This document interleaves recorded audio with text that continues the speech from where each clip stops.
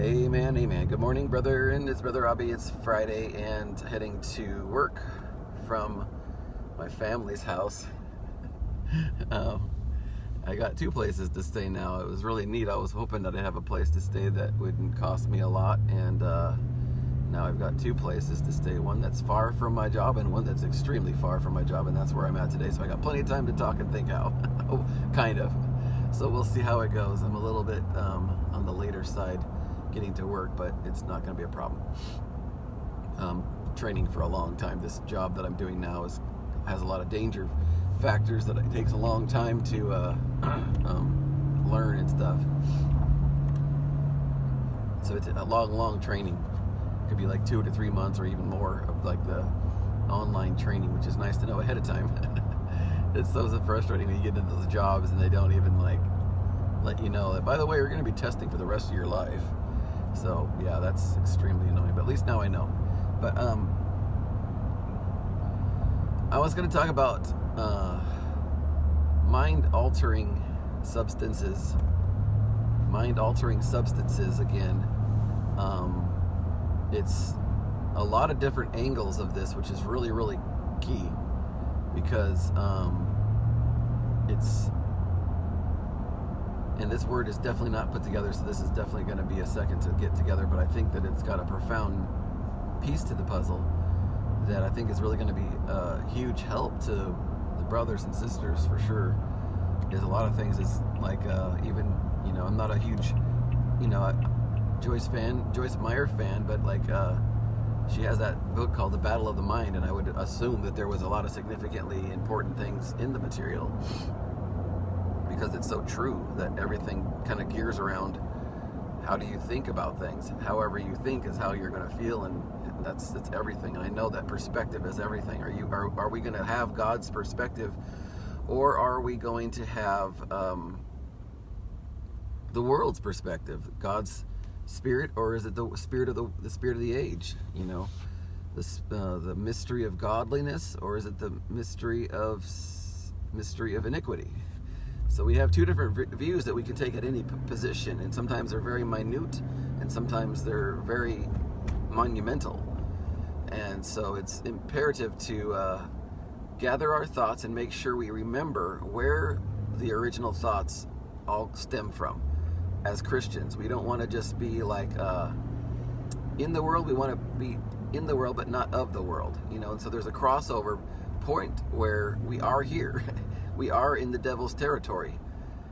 It is under one light, the devil's territory. Under one light, God owns it. So there's a lot of different factors that we can keep in mind, but I have to look at only a few of the factors today for a certain point. It's pretty interesting.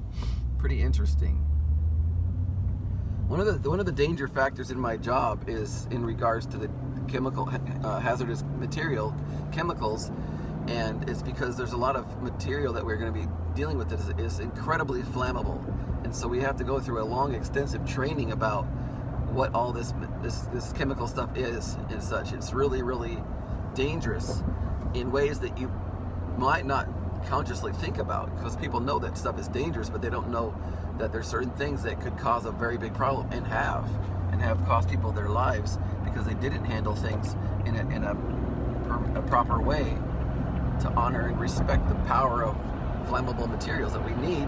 But if they're not handled in the proper way, it's a really big problem. But it was really interesting to think about the flammability, when it comes to electrical current. It was saying that the human body is a conductor of electricity. We are like a channel for electrical current to go through. So you've got two different styles of electricity.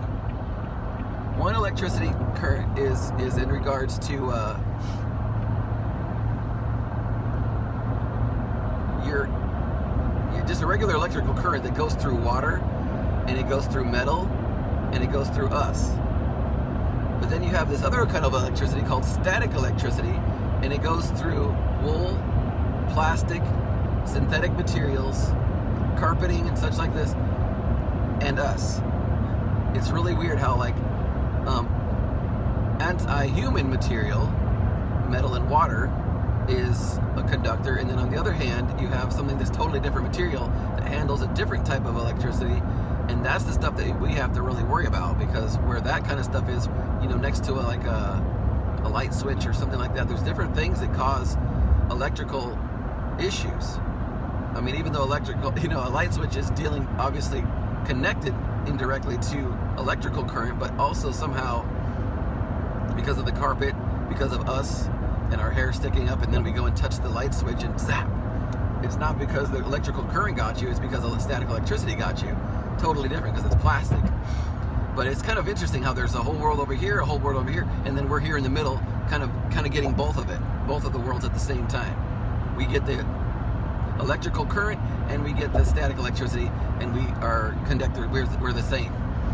Now, on the other hand, when it comes to spiritual matters, and you have two different kingdoms, two different mindsets, two different perspectives. You have this perspective of God, and you have the perspective of the world.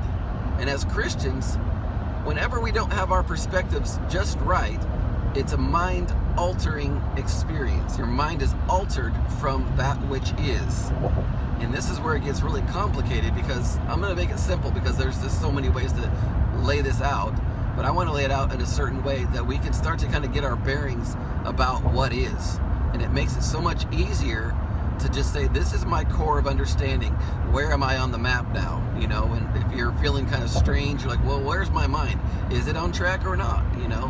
And so it's really, really, really powerful thought. So when you take a drug, it alters your mind into a state that is not real, and you're not able to see the two kingdoms for what it really is. You're seeing like the world, or you're seeing in a way that's a fantasy, because it said some of these, a lot of the times it was mentioning drug uses as well in this thing. It was kind of interesting, sorry. But it's talking about like a lot of these different drugs, they'd alter your mind to make you think that you are more strong than you really are. It makes you think that you're more happier than you really are. It's like it gives you all this strength and power and happiness and tons of confidence, tons and tons of love and tons of whatever. And then after it goes away, you go to an inconceivably low, So it's kind of strange that it does that with a drug that somehow alters your mind and causes you to see things under a false light, and then you have a major down, And I feel like that's what happens when people are with their natural pride. They look at themselves and they think they're better than they are, like the devil did, and a third of his angels followed him. But sometimes we got devilish mindsets of our own. We think too much of ourselves. We have entitlement issues.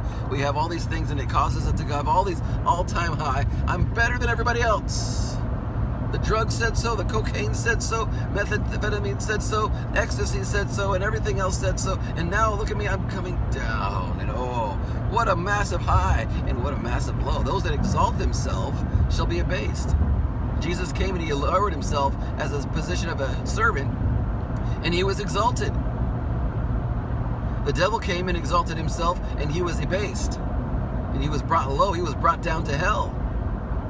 If we allow our minds to think thoughts that are not right, they're grandeur. What are the thoughts of grandeur? What do they call it? Delusions of grandeur. Brethren, this ought not be. Amen. It ought not be so. We are not like that. We are not better.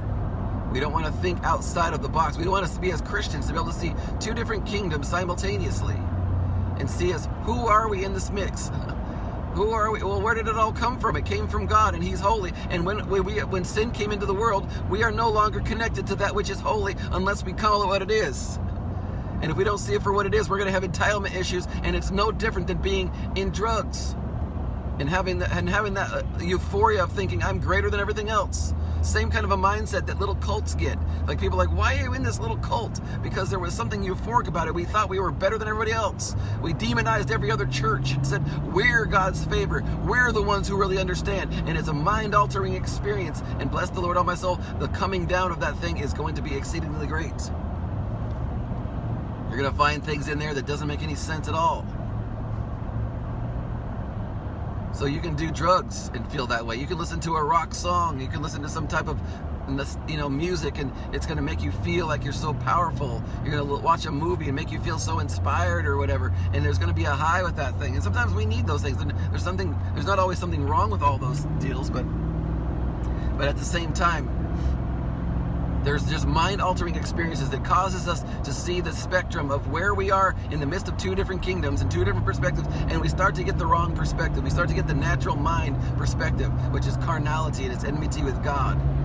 So of course it seems like it's going to have a high, same as the devil had a high. Well, he's not always going to have a high, and neither will we. With these kind of highs, we have an inconceivably dark low. So if wherever we start to find ourselves into dark lows, it's because somewhere along the line we had a mind-altering drug.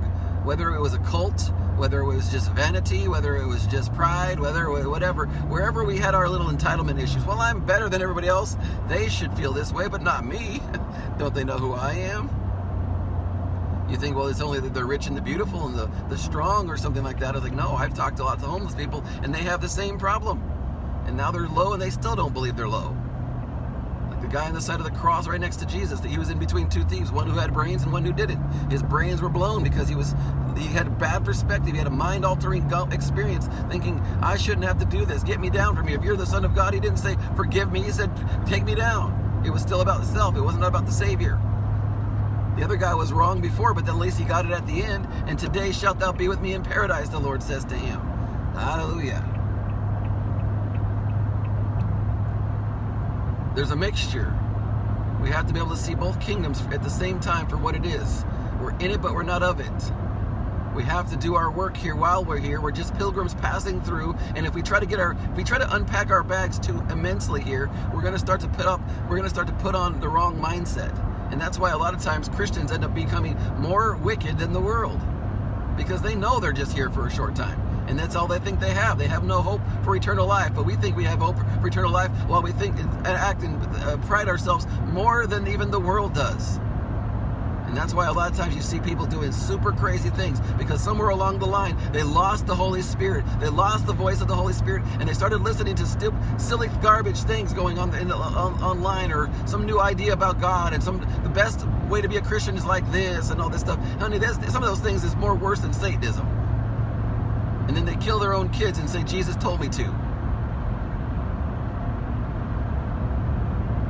They shoot themselves and say it was because of God, and this world was too wicked for us to live in. We got to be pure and just purify ourselves. I mean, this is like Jim Jones kind of stuff. This is crazy stuff. The Son of Man has not come to destroy man's life, but to save them.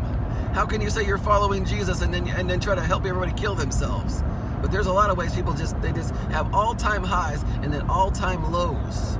These false highs. It's just like a cocaine addiction. Or even when you get into the occult, they're tapping into weird spirits, and they do the exact same thing.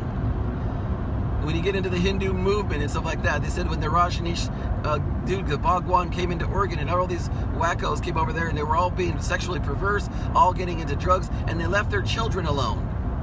You know, it's one thing to leave your kids in a Christian nursery at church, but this is much worse than that. This is like when you put your children so far from you for hours while you're partying with this cult.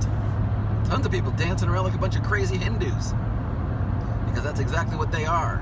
That's what the Hindu spirit is: druggy, perverse, and evil, and don't even take care of your kids. Don't tell me that's of God. It's a mind-altering experience. You have this, you're tapping into something that makes you feel an incredible high, but look how low you really are. It's like when people steal things from the store. It's like, well, look what I got. And I was like, yeah, but look what you had to do to get it. You have all this money, yeah, but look what you had to do to get it. You had to prostitute your body to do that. You had to act like a fool. You had to compromise your mindset. You had to compromise that godly perspective and act like a fool. You had your mind way too high in a certain level. You forgot to look at both kingdoms at the same time for what they really are.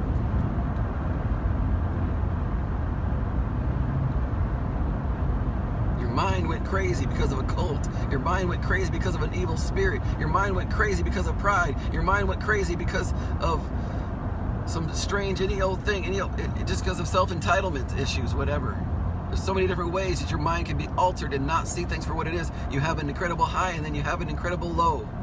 We want to be like Jesus and say, Lord, I know I'm nothing. I know that apart from you, I can do nothing. I know with you, all things are possible, Lord. I know that if except that corn of wheat goes down into the ground and dies, I'll abide alone. Lord, I don't want to abide alone. I want to abide with thee. I want to abide with thy kingdom. I want to walk with thee. I want to talk with thee and tell me that thou art my own.